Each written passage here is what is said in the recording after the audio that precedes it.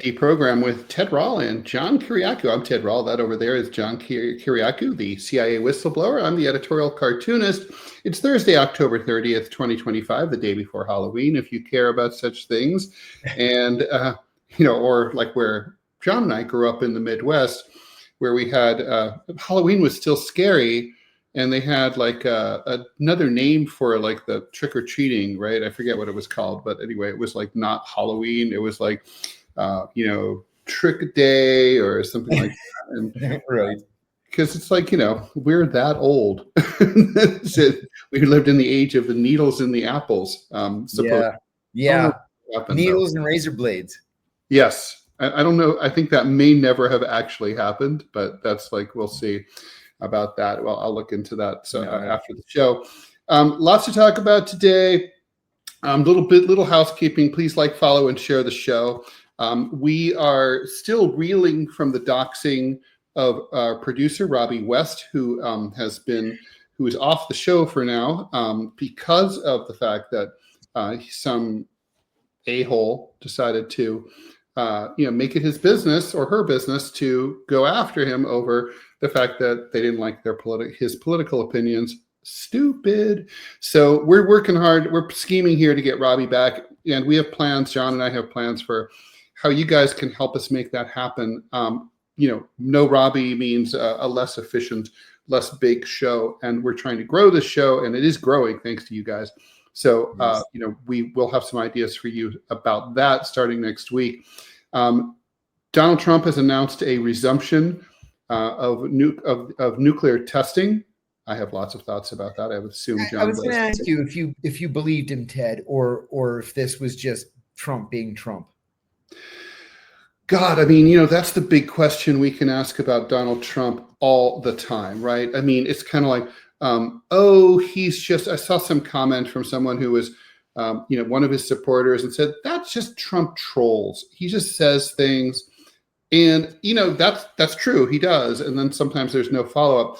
But, my cold, cynical heart, John, wonders if this is just his trolling is a way to run things up the flagpole to see if anyone salutes. Hey, I want to do this. Will anyone care? Will it stick? I mean, think about the way he campaigns so off the cuff, right? Like no prepared speeches, just extemporaneous talking. He goes out there, he talks randomly, takes note of the applause lines, and then repeats those. And that's just sort of that's his method. I'm wondering if he's going the same exact way. I mean, let's try a lot of things. Let's see what's popular. We're going to be talking about, for example, the Argentine beef thing, right? Importation of Argentine beef is really pissing off MAGA world and the farmers in particular who are part of the MAGA coalition. He may back away from that because he's getting singed on that. Support for Israel. He's getting singed for that. So he's a little gun shy. But, he doesn't seem to really think he's losing the shutdown. So for now, it goes on. So, I mean, it's just like, he's the most. I just wonder if nuke testing is like, if no one responds, like if it doesn't seem to matter. And I don't think he's worried about the international community. I think he's worried about, domestically, will people think he's crazy? Then, maybe it goes forward. But we have to talk about, what do you think, John? Do you think it's for real? I mean, I kind of think it is for real. And I don't. And maybe I'm underestimating him. But he put this on Truth Social yesterday. And he ended it by saying, "Thank you for your attention to this matter," in capital letters with multiple exclamation points. And the Russians jumped up and down. The Chinese jumped up and down. There are already editorials and op-eds saying this is a big mistake. And I think what he was doing was just saying it to see what the reaction would be. I don't think it's going to happen. I hope it doesn't happen. I guess, I mean, okay, so I feel like, it's been like an even 80 years since the first atomic tests. And of course, the biggest ones we sort of used on 2 civilian targets.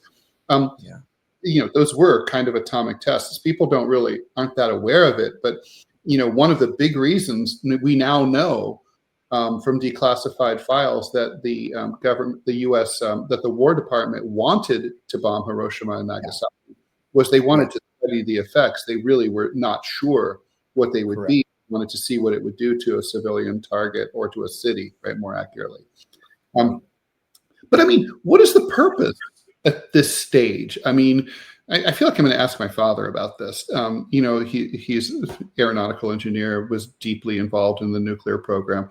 But I mean, at this stage, what is the point? I remember him telling me that, like, even at the height of the Cold War in the 70s, the Pentagon wasn't sure that, like, when we went to DEFCON 4 and that we turned the key and we launch, we're not sure how many of the missiles would even launch. How many of them would strike their targets?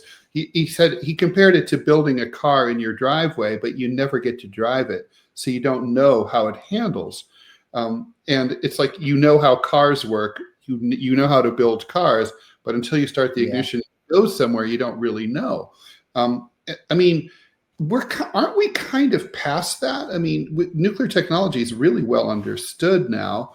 What would be the purpose of this except just brinksmanship, pollution? I mean, what's the point? Yeah, I agree with you. I don't know, unless he's, it may be this old school Trump strategy of just keeping everybody guessing on a myriad of issues, right?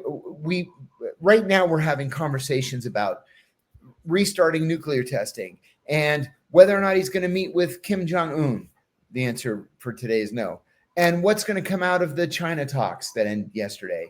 And what about Argentina and Argentine beef? And what about what's happening in Brazil and rare earth metals? And there's just so much that he's throwing at us right now. I wonder if it's just to keep people preoccupied with other things so they don't bitch about the government shutdown, for example, or they don't criticize him for going all the way to Asia, meeting with the Chinese premier. What's his name? Xi. What's his full name? Oh, Xi Jinping. Xi Jinping, thank you. Meeting with Xi Jinping and accomplishing almost nothing. So maybe this is just part of the Trump strategy to confuse everybody. I think otherwise, I'm not sure what to make of all of it. No, I think at this point, no one ever is, right? I mean, things are so random with this guy. It's impossible to know when he's being serious or not.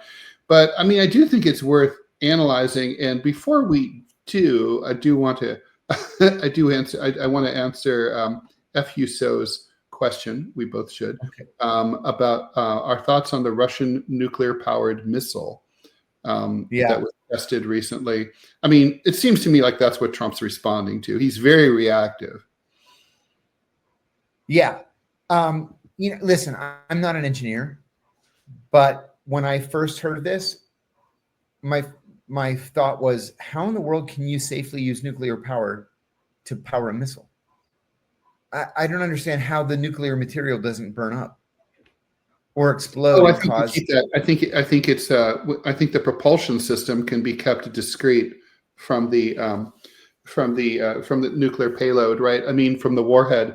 I think that's how it happens. Also, often the warhead is separate from the propulsion system, right? Usually, it always is. I mean, it just seems to have. We think that nukes are fragile, but they're really not, right? Like, we've had so many. In the Cold War, there were primitive nuclear bombs that like fell out of the sky. Like, where was it? Kansas or someplace? In North Carolina, South Carolina, someplace like that. And nothing happened, right? And it's because, they're not just going to go boom, right? It doesn't work that way. You need to trigger the chain reaction through the detonator. Yeah. So we'll see. It makes sense, actually. But the fact that it's nuclear powered is kind of neither here nor there. It doesn't really represent anything other than a sort of energy savings. It's not like a special missile, a more dangerous missile, a more nuclear missile. It's not. It's not something that should really worry. It just seems to be more. It seems that it would be more dangerous, far more dangerous, in the event of an accident. That's true. Yeah, I think that's right, because you're going to have more more radioactivity, accidental radioactivity release. This is unrelated, but you and I are especially qualified to answer this question from Bonsitkin. How is Ohio and Pennsylvania the Midwest? John, care to answer? Yeah, Ohio is definitely the Midwest. Pennsylvania, the part of Pennsylvania where I'm from, I guess the mentality is that of the Midwest. It's funny. I always considered myself to be an Easterner until I went to school in DC. And then I realized I was very much not an Easterner. I was kind of raised as a Midwesterner. Yeah, you have Midwestern culture and values, no question about it. I mean that in the best possible way. For people who are not from the eastern part of the United States or from the United States, they don't understand the history of why it's called the Midwest, right? So it's the Midwest because it was called that when the country was a lot smaller and a lot more easterly than it is today. Right. And it's a legacy thing. It's sort of like why the Middle East is called the Middle East. Logically, the Middle East should really be like, I don't know, Kazakhstan. It's like, if you think about it, logically, the Midwest should be Colorado. But it's not, because it's a legacy thing. That's the answer to the question, really. But in terms of, and I do think there's a major difference in culture between the Plains states and the proper Midwest. To me, the Midwest is the old Northwest Territory, right? Like that's really what it is. And then when you start getting out into Kansas, to me, that's not really the Midwest. It's still flyover country, but it's not the Midwest. Yes, agreed. Okay, so let's get back to this issue with the nuke testing, right? So I have thoughts about this. My a little bit personal, my ex-wife, her sister, she and her sister and her family, they all lived in Utah, in southwestern Utah.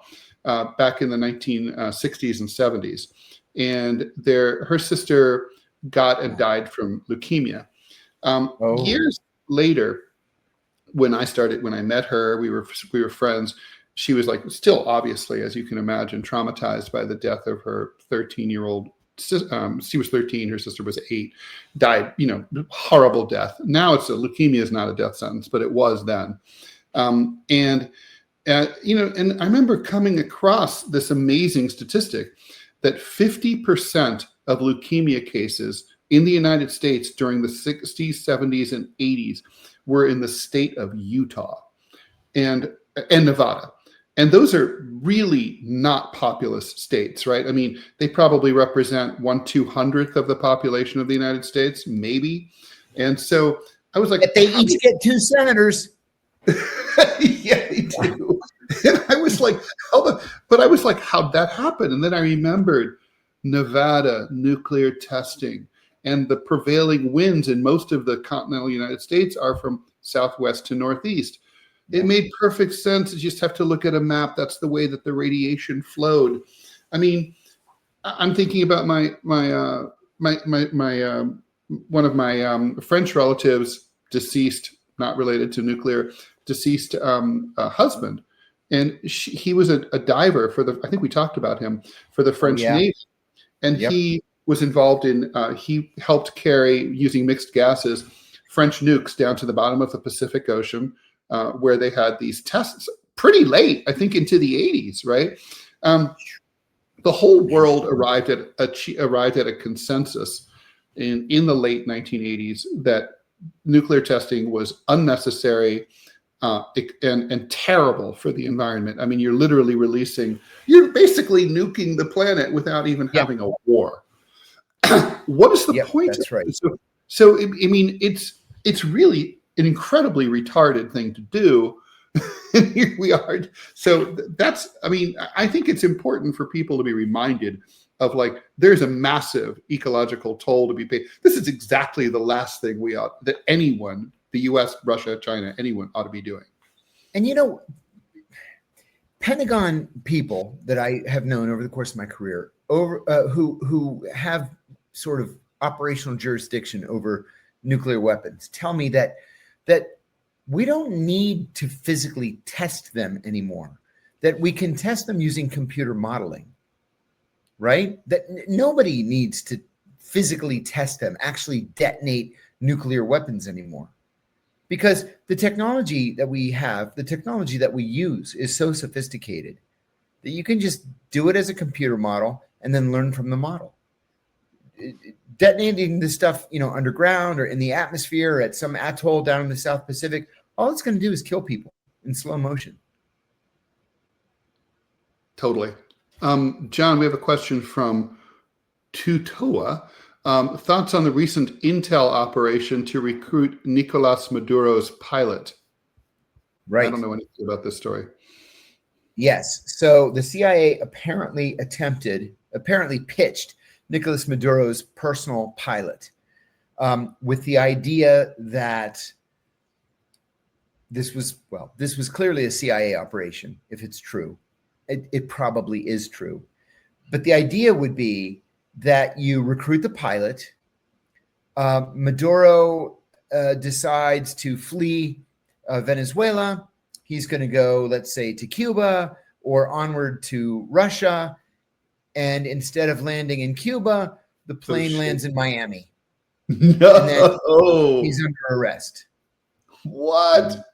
The CIA has done that. There are three operations that I can think of off the top of my head where the CIA did that.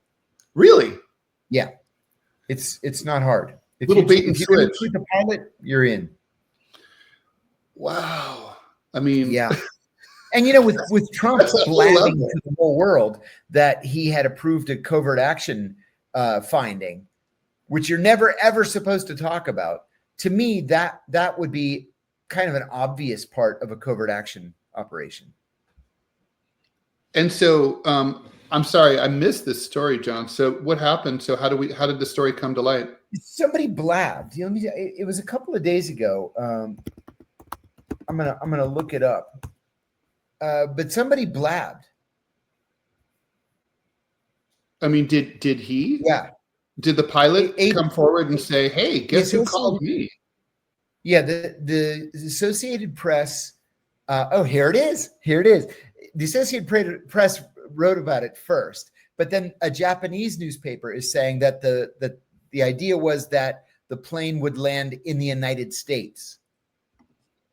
A longtime U.S. law enforcement agent secretly tried to recruit Venezuelan President Nicolas Maduro's pilot to join a plot to capture the Venezuelan leader and deliver him into U.S. custody to face international drug trafficking charges.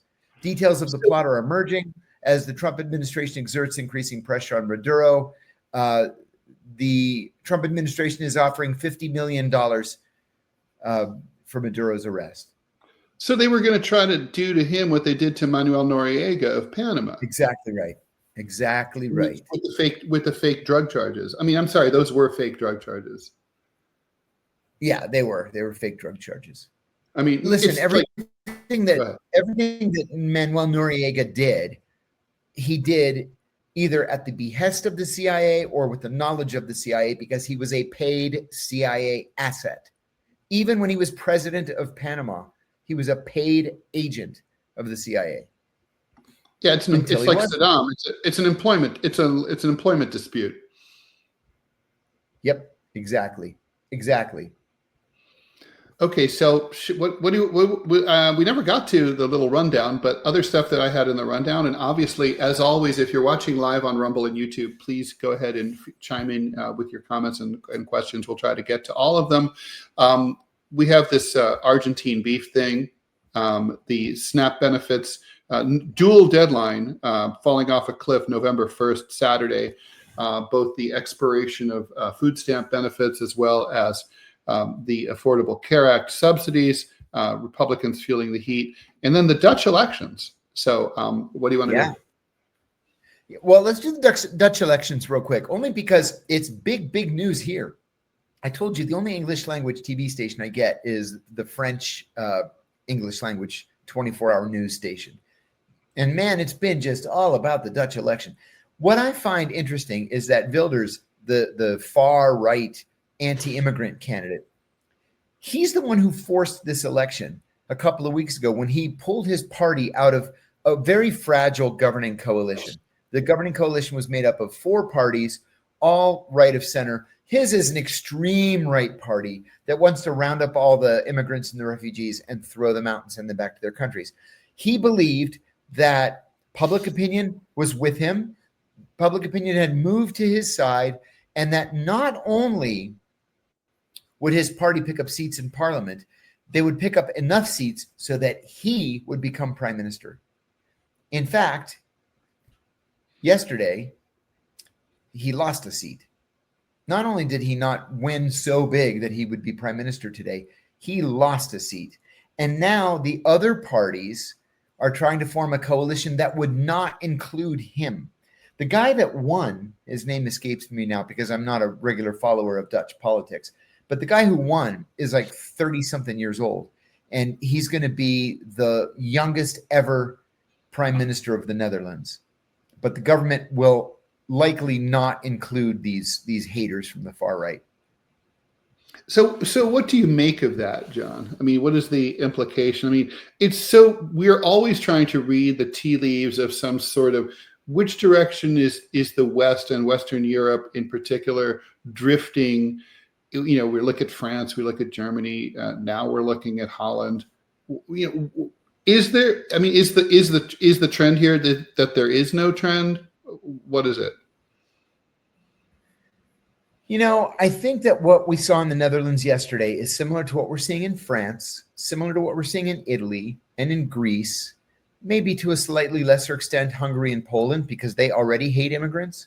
But I think we've gotten almost to a tipping point where far-right candidates are going to be elected to parliament, but we're not at a point where there is such deep and widespread hatred of immigrants that it's the far-right anti-immigrant candidates who actually form the government. That's super interesting. So nativism is a plurality, but not a majority. Yes, that's exactly how I feel. Yeah. They just can't get to roughly 50%. Can't quite get there. No. Super interesting. And Greece too, just using Greece as an example, the Greeks have a real hatred and distrust of fascism because of their experience during the Second World War with the Nazis. And even beyond the Nazis, the Greeks have had fascist governments over the years in the form of military dictatorships. They never, ever want to go back to those days. And so about 10 years ago, a new party formed called I Chrysawie. It means the Golden Dawn. It was an avowed Nazi party. The mainstream parties weren't prepared for it. And so they won 8 seats in parliament. The idea that if you ignore them, they'll go away turned out to not be workable. And so there was a second election. They won 12 seats. So what the government did was hate speech is a crime in Greece. And so when the leader of the party gets up on the floor of parliament and says that he hates all immigrants, he hates all Jews, he wants to throw the immigrants out and throw the Jews out, he's arrested as he's walking off the floor of the parliament. He and the party spokesman then are put on trial for hate speech. They're convicted and they're given 13 years in prison. He just got out last week. Wow. So that's how you break fascism. At least that's how they did it in Greece. I suspect that the Dutch, the Danes, maybe the French, others are headed there. I mean, it's funny to me. You mentioned the history of World War II, something I'm obsessed with. So one of the big takeaways of World War II was that people were trapped behind borders, and it killed a lot of them, right? I mean, if German Jews had been able to escape, into France and Spain more easily, and then out of Europe entirely, they would have been saved, or Spain would have been good enough. I mean, so it's kind of like the ability to cross. I mean, the EU with the open borders policy was meant to sort of be a solution here. And my reading is that the migrant flow from North Africa that started 20 years ago in a major way, just basically was a tipping point that just drove people crazy, and they forgot that history. But I mean, if you're European, you feel this need, like you might need to be able to leave, and if you might need to be able to leave, maybe you should be sympathetic to other people's need to cross borders. But I guess a lot of people don't feel that way. Yeah, I think that's right. And I see in the chat, well, that nice democracy that is. Yeah, you're right. It's fascist. It's anti-democratic to squelch free speech. But we deal with the same issues here in the United States. Like, is shouting fire in a crowded theater an act of free speech? So threatening the life of the president of the United States. Exactly. Right? There's a limit. There's a limit to free speech. Yeah. There's a limit to free speech. So yeah, does it squelch free speech? Sure it does. But there's going to have to be an end to free speech at some point. The Greeks just happen to do it differently than the Americans do. Yeah, I mean, and of course, obviously, like countries like England make it, have very strict libel laws. As a victim of libel, I would say that I'm sympathetic to that. Right. Right. So, all right. So, question here for you, John, from Sean Pat 6882. Did you see the alternate story on the Bin Laden raid? Some guy on TikTok claims that the ISI, which is Pakistani intelligence, gave him up to $25 million, basically to let them in the door, and then they spread his body over the mountains. I heard the spreading the body over the mountains story. I honestly had not heard that. No. I mean, wasn't that the Cy Hirsch story? Was that the body wasn't really disposed, wasn't really buried at sea, that they basically chopped him up, or maybe didn't chop him up, but threw him out from the chopper over the mountains. But if you control the skies and the sea, why would you risk somebody finding the body? Right. That doesn't make any sense. No, and it's a much more traveled place than people think. Yeah, it is. That's right. So, well, I mean, in the 25, I don't know. I heard that he's living in Brazil under an assumed name and with the plastic surgery. I've heard all kinds of silly stuff. No, Bin Laden's dead. Very fun question for you, John. With you being ex-CIA, can't you use your contacts to find out who doxed Robbie? Then we can dox that bastard. I know. It's very tempting. Let me tell you. I have to say I'm very upset about what happened with Robbie, and I'm personally offended that somebody would do this to him. Well, yeah, I really, yeah. I mean, the only bright spot is, I guess, this show is getting so big that it's starting to attract that when you get attention, you get the wrong kind of attention too sometimes. Yeah. Hey, not to change the subject, Ted, but did you happen to see this breaking news from the New York Times just a few minutes ago? There is a new poll, which they're calling a comprehensive poll from Emerson, which is really good. And it's among likely voters in the election on Tuesday. It has Mamdani at the magic number of 50 and Cuomo at 25. Curtis Sliwa has 21. Curtis Sliwa is nibbling away at Cuomo, not at of all Mamdani. Things. That's right. Well, it makes sense, right? Because the Cuomo vote is an anti-Mamdani vote. I have a sort of an indirect contact inside the Mamdani campaign, is the best way to put it. And I know that this is I think I mentioned this here on the show like a week ago, that the internal polling was showing that Mamdani was at 50%, and the campaign really wanted that, so that there couldn't be a talking point on the right or the Cuomo right to say, look, he's not legitimate. It's a plurality. It's not a majority. I mean, look, people be having talking points no matter what. But that is interesting. It confirms what we heard last week. And get this, the poll found further that among New Yorkers who have already voted, 58% say they voted for Mamdani.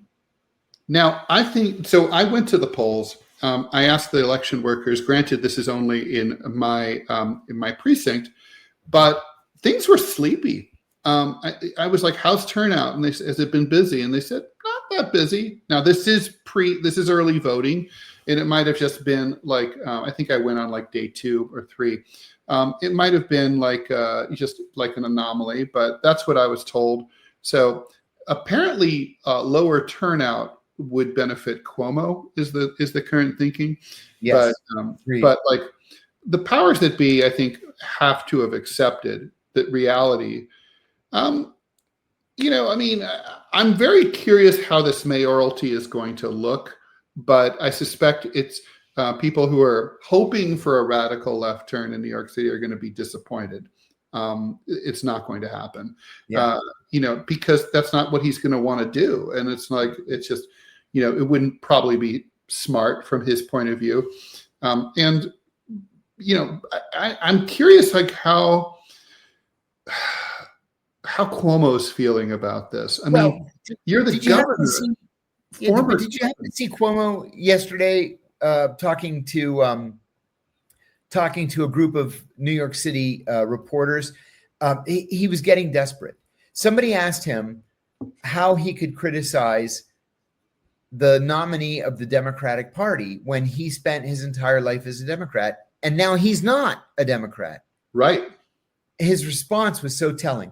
He said that he is the only Democrat in the race, that Mamdani is a socialist who happened to win the Democratic line on the ballot. He said, I'm an independent, but I'm actually a Democrat.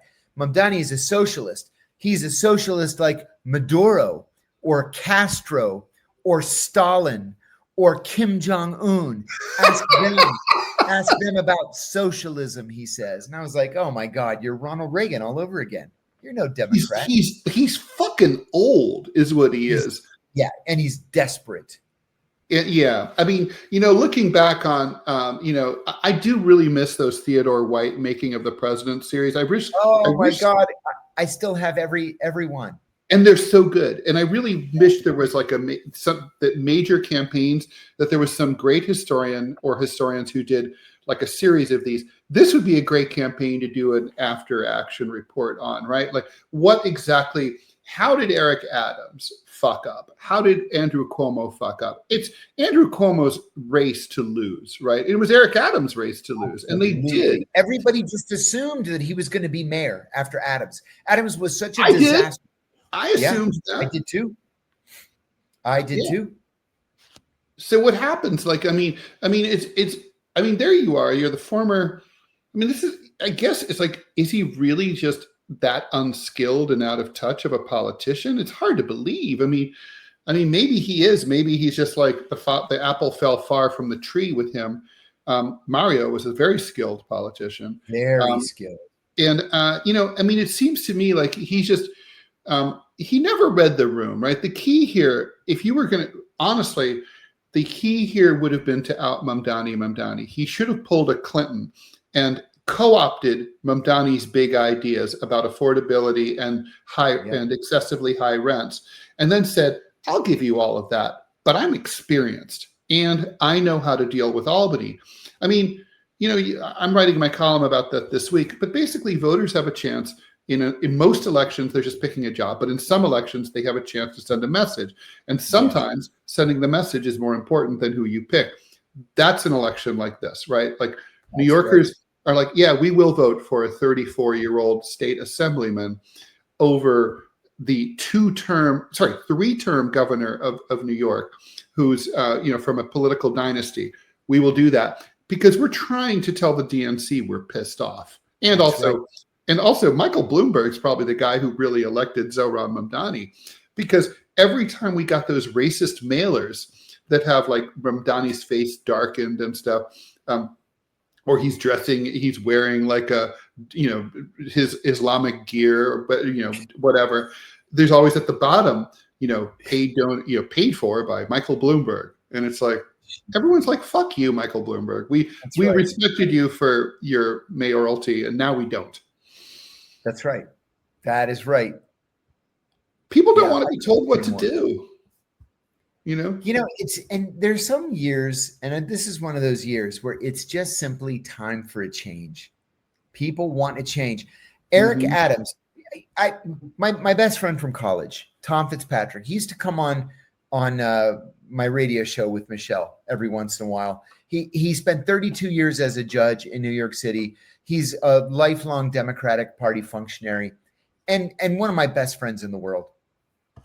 And I actually stopped having him on because he would just spew out whatever the latest DNC press release was. Say stuff like, we need to trust in President Biden because he knows what's best for all of us. And it's like, are you crazy? Anyway, I remember 4 years ago, we were talking about Eric Adams, and he said he was going to vote for Eric Adams. And I said, how in the world could you vote for a guy, first of all, who's a lifelong cop? He was a captain in the New York City Police Department. So he's I'm sorry, but a fascist, heavy-handed, badge-heavy cop, number one. True. And those were the nicest words I could think to say what I mean. And he's a conservative. And he said, yeah, but the subway system's really bad and it's dirty. And a homeless guy punched my 15-year-old daughter in the face, which was true. That happened. A crazy person just walked up to his daughter as she's walking home from school and just punched her in the face. And then look what you got. You got Eric Adams. You knew exactly what Eric Adams was going to be like. He told us what he was going to be like. Okay, now look at Cuomo. Have people forgotten the hundreds, perhaps thousands of deaths that Cuomo was responsible for when he warehoused elderly people in nursing homes, knowing that they would get COVID and die? Yeah. I haven't forgotten because I lost two friends in New York City from COVID, thanks to Cuomo. So no, I don't think people have forgotten. My mother was in a nursing home and fortunately died 2 weeks before the lockdown, right? But if she was a New Yorker, and that could have happened to her. Yep. So yeah. I just don't see why anybody is surprised that Cuomo's losing this election. I never, once Mamdani made a name for himself, I didn't think Cuomo had a chance. Yeah, look, Mamdani has been, also what's interesting is he's really a gentleman, right? Mamdani is a happy warrior. He's always polite. He rolls with the punches. He's nice. Meanwhile, he's getting beaten up by these goon like characters like Cuomo. Right. Cuomo was on some talk show the other day, and he was laughing at the idea that that somehow we'd have another 9/11 because Mamdani was the mayor of New York, and just wallowing in the Islamophobia. He's not getting it, right? I think people would have really voted for Cuomo if they thought that he could deliver the stuff that Mamdani is interested in delivering. I'm not going to say will deliver, interested in. Is interested. Hey, Sneaker Dad 1020 says, Cuomo campaign reminds me of Hillary Clinton campaign 2016. There's a sense of entitlement. That is 100%. Absolutely right. That is absolutely right. It's like, it's his turn because he's smarter than everybody else and he was governor. So now he's going to come and rescue the city, save the city. We don't like you. You're not going to be the mayor. Yeah, and that's it. Yeah, that is exactly it. Shall we talk about this Argentine beef thing? Yeah. Let me go on record first as saying I went to Argentina on my honeymoon 20-something years ago, and I couldn't wait to get there to try the beef because it's supposed to be the best beef in the world, right? And I hated it. I thought it was gamey and strong tasting, and they eat literally every part of the cow, the guts, the intestines, the stomachs, everything. They eat everything. So I don't know what the craze is for Argentine beef. I much prefer American beef. Yeah, I mean, to me, it's like, look, American farmers are have long been a semi-protected sector of the U.S. economy, and I'm all for that. I think obviously nothing's more essential than food, and you always want to have control, domestic production of food as much as you can. That's just, to me, not left or right. That's just common sense. But what is this hard on that President Trump has for Milei? I mean, he's sending first 20, then $40 billion. He knows that this is going to anger his America First base. Now he's going to import foreign Argentine beef. It probably won't even reduce beef prices in the United States to any appreciable amount. You won't notice, shoppers won't notice the difference, but American farmers feel like they will, as their wholesale prices drop. Even the chairman of the Ways and Means Committee, Jason Smith from Missouri, very powerful Republican, high-ranking, fired off a scathing letter calling it a betrayal of America First principles, saying that basically cattle prices have never been higher, so the costs for the beef farmers are sky high, and you're going to hit them right when they're down with this. I mean, this seems like, it's exactly the opposite of what the president should be doing. Yeah. Yes. Totally agree. But I think that he's got this love affair with Milei, because Milei quoted him during his own presidential campaign. He announced that he would be the Donald Trump of Argentina. It's that ego stroking that Trump so loves. Milei jumped right into it with both feet. And so he's being paid back with a $40 billion bailout and a lowering of tariffs on Argentine beef. And screw the American cattle farmers, right? Trump's going to win, or a Republican's going to win Texas anyway, and Oklahoma, and all these other places that raise beef cattle. There it is. Well, I mean, big question. Does Donald Trump care about the future of the Republican Party after Donald Trump?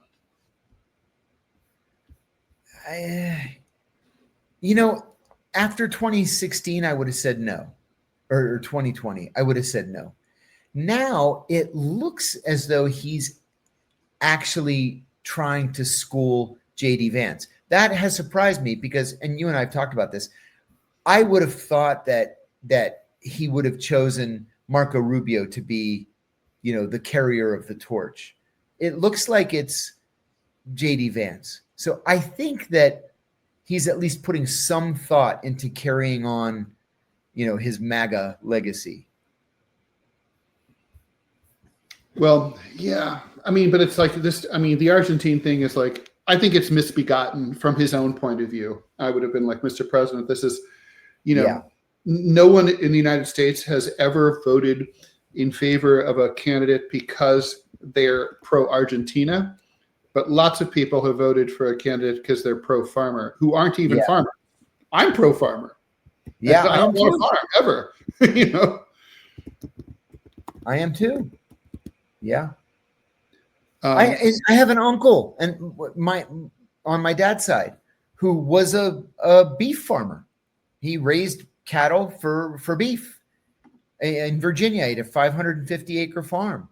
So yeah, I mean, we need them as Americans. We need them. So why are we importing this foreign beef? And one of our viewers had a good question in the chat.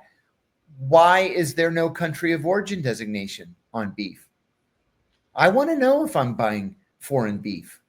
Me too. Argentine, Brazilian, whatever it is, Chinese, so that I can choose American beef. Yeah, me too, for sure. Hey, we do have an ad. We got to make some money, so let's go do that. Looking for smarter ways to browse and enjoy your favorite content without ads? Get the Perplexity Pro bundle with Rumble Premium for just $19.99 a month when you sign up before December 31st. It's normally a $29.99 value. With Rumble Premium, you'll get an ad-free viewing experience across all your devices and access to exclusive premium content. No interruptions, just the video and streams you love anytime, anywhere. Plus, Perplexity Pro, say that 5 times fast, boosts your productivity with unlimited research, unlimited uploads, exclusive member perks, and access to the latest and most advanced AI models for faster, smarter answers every day. Save over 30% on this powerful bundle. Head to rumble.com/premium before December 31st to sign up and unlock your premium experience. Hey, John, have you checked out Grokkopedia, the Elon Musk's take on Wikipedia? To tell you the honest to God's truth, I'm boycotting it. Oh, really? I am. I want nothing to do with Elon Musk. Nothing. Gotcha. Well, I did check it out. It's definitely a different. Of course, the first thing I did was check out myself, and the main difference is instead of being edited by people, it's put together by AI, and so it's a language model. So it flows. It has a beautiful flow, I will say. It's like writing a story of someone's life. But it couldn't resist calling me far left political cartoonist and commentator, Ted Rall, as opposed to, but Nicholas Fuentes was just influencer, just influencer. So he's not far right. Like I'll own the far left, but I'll label totally not ashamed. But I don't think Nick Fuentes is ashamed of being far right either. No, I don't think he is. He was on Tucker Carlson yesterday or the day before yesterday. Kind of trying unsuccessfully to come off as a moderate, but he did jump in on the side of Marjorie Taylor Greene and Thomas Massey and others criticizing Israel, which was actually nice to see. Although you would kind of expect that from a neo-Nazi. So there it is. That is true. God, yeah, that seriously sucks. Anyway, oh my God. Marble 455, thank you for the donation. And Marble's asking us if we have any thoughts on the Guardian Angels. You know, every time I go to New York as a visitor, and I go regularly to New York, I always enjoyed seeing the Guardian Angels on the subway. Not that I expected them to necessarily to protect me or anything, but just because I thought it was a cool idea. I think it's a cool idea too, and it's also like, you know, it's part of the great show that is life in New York City. Like it's sort of like, look how cool this is. It's very 1970s. It feels very the Warriors come out and play. So that said, I think it's a grift, right? I mean, The point is, it's not like you can ride the New York City subway every single day for 10 years and never see a guardian angel. You know, and that's kind of like my point. It's like they're hardly ever out there, and all they can really do is hang out, and they don't even have walkie-talkies. I mean, I guess they could have cell phones now. Right. But, you know, I mean, Can you think of a single incident where it's like, well, an old lady was being held up at gunpoint, but then the guardian angels came along and saved the day? I don't think that's ever happened, you know? No. And they've been around for, you know, most of my life. So I'm kind of thinking, I think it's a fundraising opportunity. Yeah. But, you know, those cats aren't going to feed themselves. That's right. That's right. And it did engender a lot of goodwill for Curtis Sliwa. So, you know, maybe he's an idiot. Maybe he's not. Maybe he has an idea of how to govern. Maybe he doesn't. But I think his positives are way higher than his negatives. Not to say that translates into votes, but I think people have a generally positive view of Curtis Sliwa.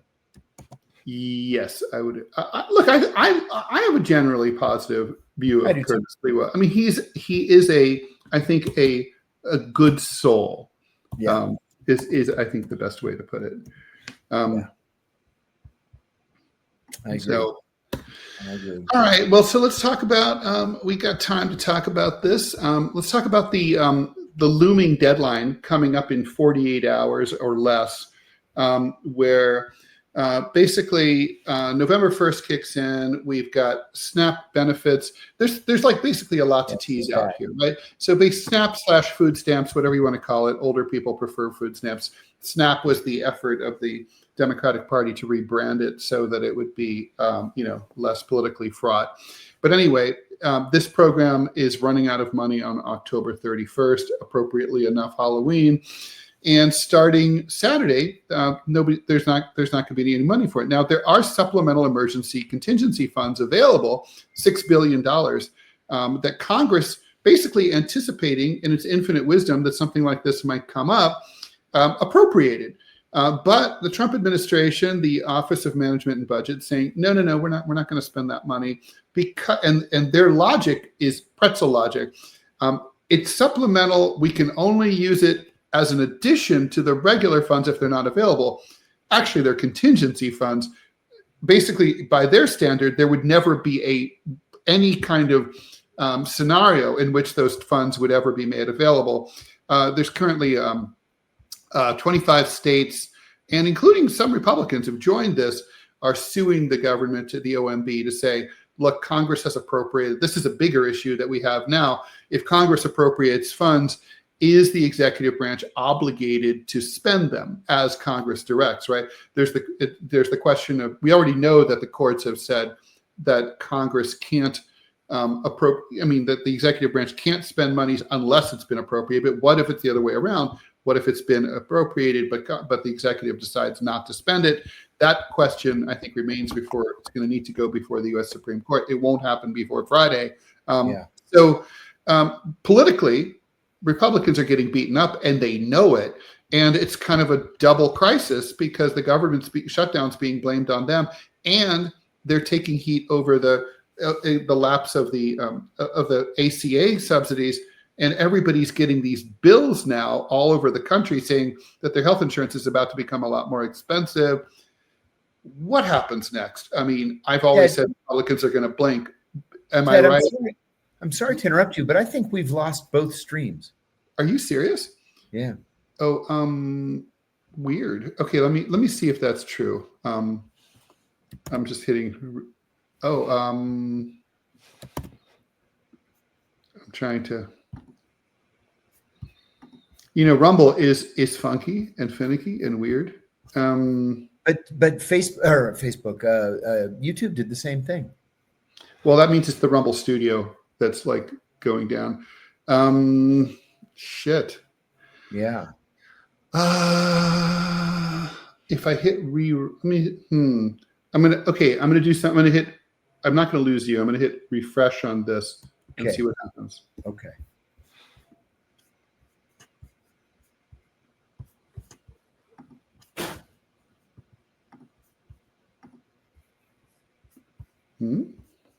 Crazy.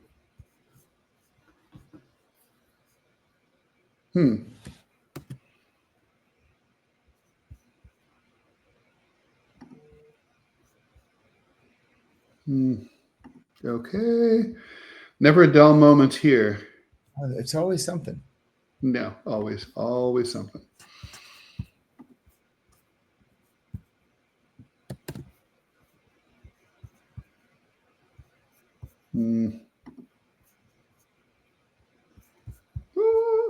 Let's try this. It's not letting me do the full screen, ironically, but well, who cares? We could be little screen. That's okay. Okay, we're back. Okay. You see it? Yeah, I see it. All right, cool. I hope we have sound. Oh, they can't hear. There's no sound. Oh my God. What?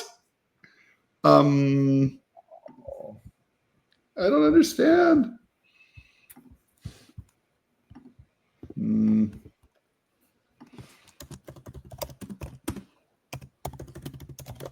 Okay. It's so annoying. No sound. Okay, let me try this again.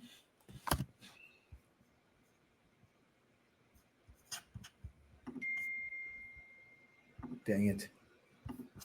Okay. Okay, now let's see. Any luck? How's that, folks? Can you hear us? No?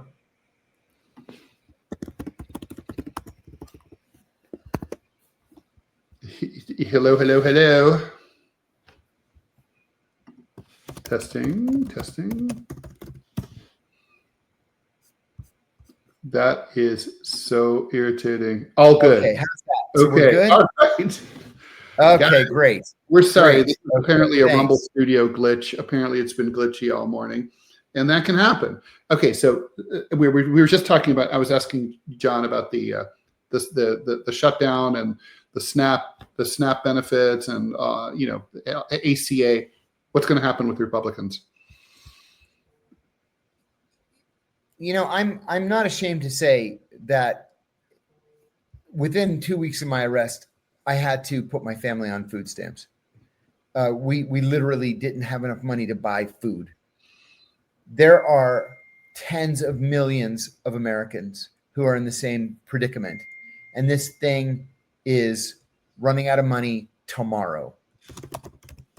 The Democrats, I fear, see this only as a campaign slogan. The Republicans don't give a shit if people go without food, because the Republican view of anybody on food stamps is that they're lazy and they're refusing to work. And that's just not the case. There are plenty of people who work full-time jobs who are on food stamps. So I'm not optimistic, Ted. I don't think Donald Trump gives a shit about people who are hungry. Nobody should be hungry in the United States. But I don't think either one of the political parties really care about the issue either. No, I don't think they really care, actually. But I do think they're going to. I think the Democrats are currently eating the Republicans' lunches politically in terms of popularity, though. I agree. I think the Republicans are going to blink. They have to. Yeah, they have to. Yes.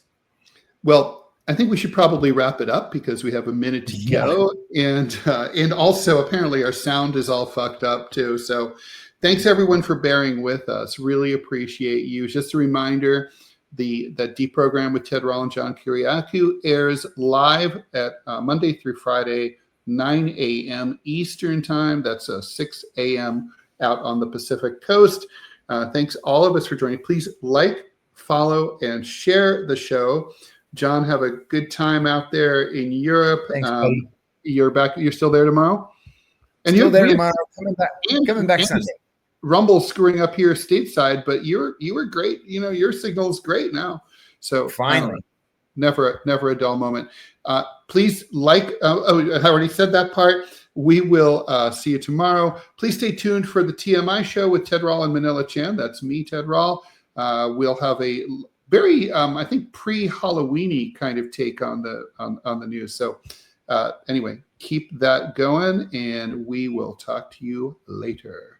Bye, everybody. Bye, John.